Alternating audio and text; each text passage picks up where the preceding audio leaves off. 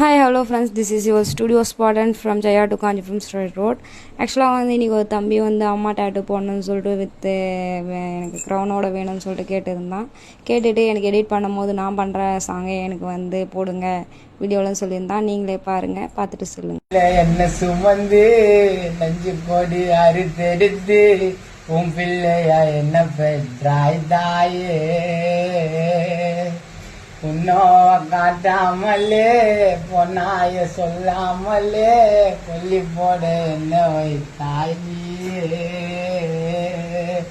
ஆறுதல் சொல்ல யாருமே இல்ல, அன்னதையாக்கி விட்டாய் தாயே.